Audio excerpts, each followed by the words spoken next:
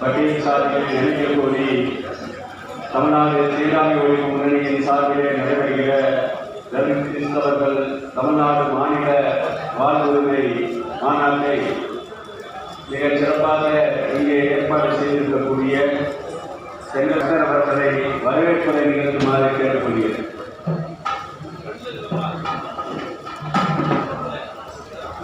அன்புமிக்க பெரியோர்கள், தாய்மார்களே, தோழர்களே, உங்கள் அனைவருக்கும் தமிழ்நாடு தீண்டாமை ஒழிப்பு முன்னணி சார்பில் மாலை நேர பணிவான வணக்கங்களையும் புரட்சிகரமான வாழ்த்துக்களையும் தெரிவித்துக் கொள்கின்றேன். முதலிலே இந்த அரங்கத்துக்கு வெளியே நின்று கொண்டிருக்கிற தோழர்கள் தயவு செய்து அரங்கத்துக்குள்ளே வந்து அமருமாறு பணிவன்போடு கேட்டுக்கொள்கின்றேன். இந்த நிகழ்வு மிகச் சிறப்பாக அமைவதற்கு வந்திருக்கிற ஒவ்வொரு தோழர்களும் பெரிய ஒத்துழைப்பு நல்குமாறு உங்களை அன்போடு கேட்டுக்கொள்கின்றேன்.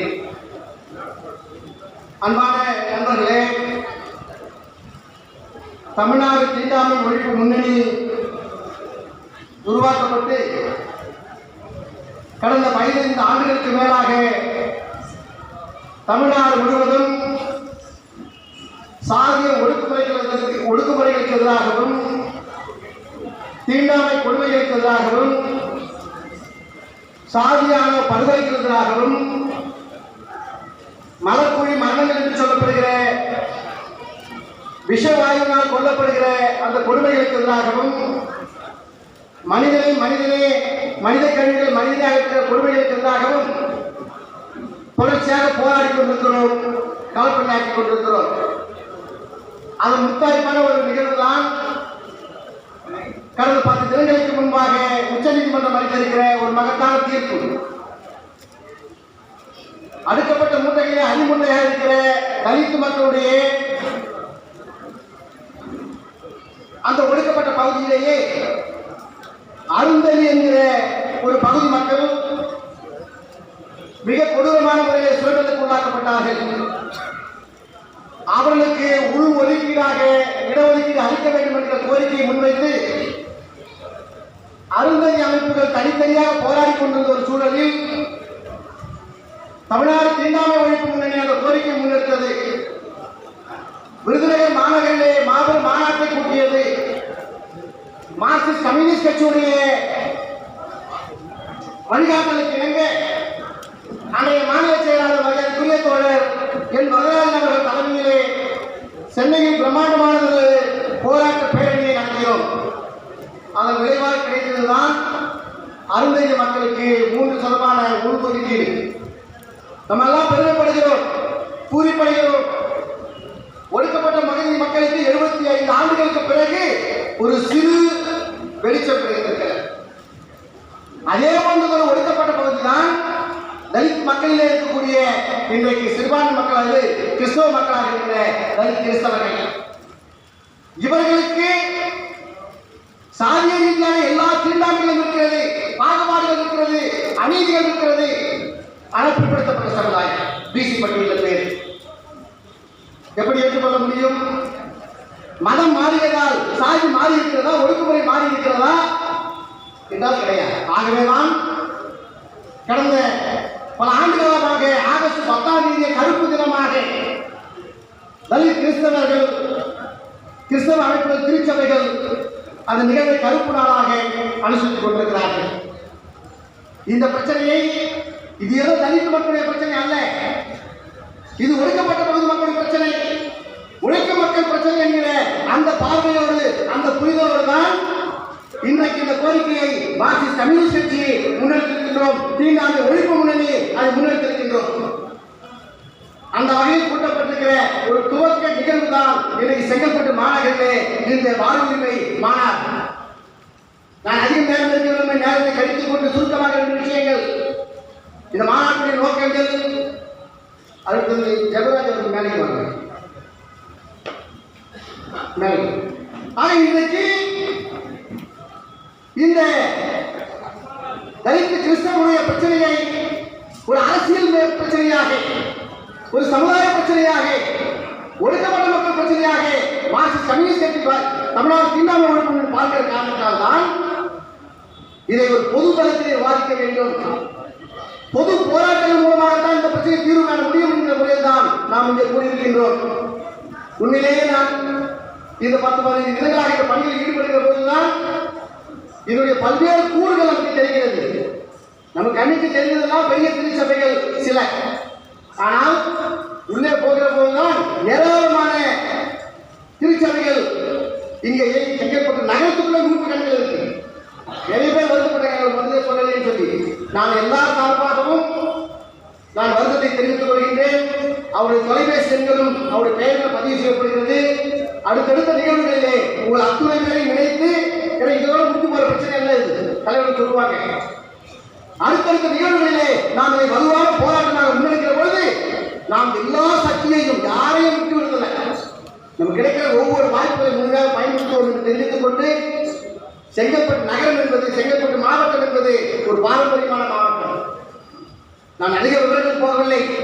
இங்கே தலித் மக்களுடைய எண்ணிக்கை அடர்த்தியாக இருக்கிற ஒரு மாவட்டம். ஒன்றுபட்ட செங்கல்பட்டு மாவட்டம் என்பது இன்றைக்கு இருக்கிற திருவள்ளூர், காஞ்சிபுரம், செங்கல்பட்டு இந்த மாவட்டம் என்பது தலித் மக்கள் அடர்த்தியாக இருக்கிற ஒரு மாவட்டம், விவசாய மாவட்டம், ஏரி மாவட்டம் என்று சொல்வார்கள். அப்படிப்பட்ட இந்த மாவட்டத்தில் தான் 1970களிலே அன்றைய சென்னை மாவட்ட ஆட்சியராக இருந்த திரமன்கீர் என்கிற ஒரு ஆங்கிலேயர் இங்கே தலித் மக்கள் படுகிற அவஸ்தையை கொடுமையை பார்த்து அன்றைய பிரிட்டிஷ் அரசாங்கத்துக்கு கோரிக்கை வைத்து இந்த மக்களுக்கு வாழ்வாதாரத்துக்கு நிலம் வழங்க வேண்டும் என்கிற கோரிக்கை முன்வைத்தார். அதன் பயனாக கிடைத்ததுதான் தமிழ்நாட்டில் பஞ்சமி நிலம். அந்த பஞ்சமி நிலம் தமிழ்நாட்டில் 12 லட்சம் ஏக்கர் நிலங்கள். செங்கல்பட்டு மாவட்டத்திலேயும் பல லட்சம் ஏக்கர் இருக்கிறது. வடார்காடு மாவட்டமும் இது அண்டை மாவட்டங்களில் தான் அதிகமான பஞ்சமி நிலங்கள். உங்களுக்கு தெரியும், 1994ஆம் ஆண்டு அக்டோபர் மாதம் 10ஆம் தேதி பஞ்சம் நிலமீட்பு போராட்டம் நடத்தி துப்பாக்கி சூடு பலியான ஜான் தாமஸ் ஏழுமலை மறித்த இடத்தில்தான் போராட்டம். எதற்கு இதை குறிப்பிட்டு என்று சொன்னால், தலித் மக்களுடைய ஒடுக்குமுறைக்கு எதிராக இன்றைக்கு எத்தனை சீனிவாசனார் உதித்த மாவட்டம் இந்த மாவட்டம்.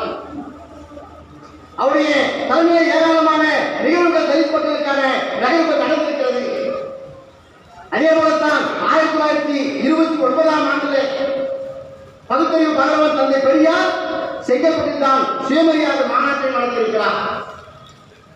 விதவைக்கு மறுமணம் வேண்டும், மூலத்தனம் கூடாது, பெண் உரிமை வேண்டும், பல்வேறு விதமான ஒடுக்குமுறைகளுக்கு எதிராக சுயமரியாதை மனித வாழ வேண்டும் என்ற மாநாட்டை இங்கே நடத்தியிருக்கிறார். ஆக செங்கல்பட்டு மாவட்டம் என்பது பல்வேறு முற்போக்கான நடவடிக்கைகளுக்கு வித்திட்ட மண் என்கிற முறையை நான் இங்கே சொல்லிக்கொள்ள விரும்புகிறேன். மார்க்சிஸ்ட் கம்யூனிஸ்ட் கட்சியும் இந்த மாவட்டத்தில் நீண்ட காலமாக பல்வேறு போராட்டங்களை ஒடுக்கப்பட்ட பகுதி மக்களுக்காக நான் நடத்தியிருக்கின்றோம். அந்த வழியில் நிச்சயமாக உறுதியாக கூறுகிறேன், இன்றைய தினம் நாம் முன்னெடுத்திருக்கிற இந்த முன்னெடுப்பு தமிழ்நாட்டில், இந்தியாவில் ஒரு ஒளிவெளியாக தலித் கிறிஸ்தவர்களுக்கான இடஒதுக்கீடை பெறுவதற்கு ஒரு வலுவான விதையாக இந்த மாநாடு அமையும் என்று சொல்லி இந்த மாநாட்டில் பங்கெடுத்துக் கொண்டிருக்கிற அத்துணை தலைவர்களுடைய பெயர்களையும் நான் குறிப்பிட்டதாக நீங்கள் ஏற்றுக்கொள்ள வேண்டும். குறிப்பாக அமைப்புடைய மாநில தலைவர் தோழர் செல்லகின்றே, மாநில பொதுச் செயலாளர் தோழர் சாமியல் ராஜ், மாநில பொருளாளர் தோழர் மோகனா, தோழர் செல்வன் உள்ளிட்ட தலைவர்களையும், அதே போல நம்முடைய அழைப்பை ஏற்று இங்கே வந்திருக்கின்ற அருட்தந்தைகள், குறிப்பாக சிஎஸ்ஐ சென்னை பேராயத்துடைய பேராய செயலாளர் மரியாதைக்குரிய அறிவிப்பணி எஸ் அகஸ்டின் பிரேமராஜ் அவர்களையும், அதே போல நம்முடைய வழக்கறிஞர் புரட்சி அம்பேத்கர் நூற்றாண்டு இயக்கத்துடைய நிறுவன தலைவர் போராளி எல் ஏசுமரியான் அவர்களையும், அதே போல ஆஸ்டின் டேனியல் அவர்களையும், நம்முடைய தலித் கிறிஸ்தவ இயக்கத்துடைய தோழர் மாவட்ட தலைவர் செல்வராஜ் அவர்களையும், நம்முடைய முன்னாள் வழக்கறிஞர் சங்கத்துடைய தலைவர் வழக்கறிஞர் ஸ்ரீமன் குமார் அவர்களையும்,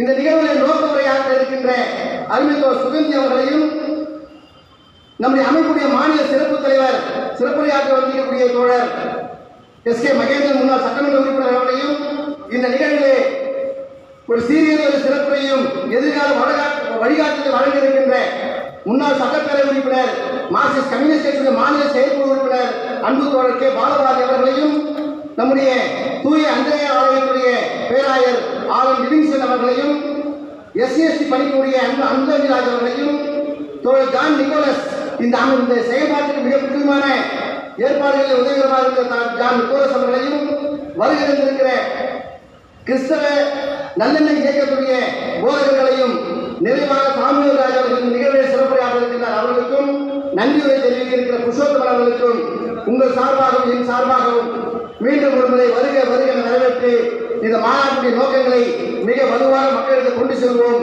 கோரிக்கை வென்றெடுப்போம்.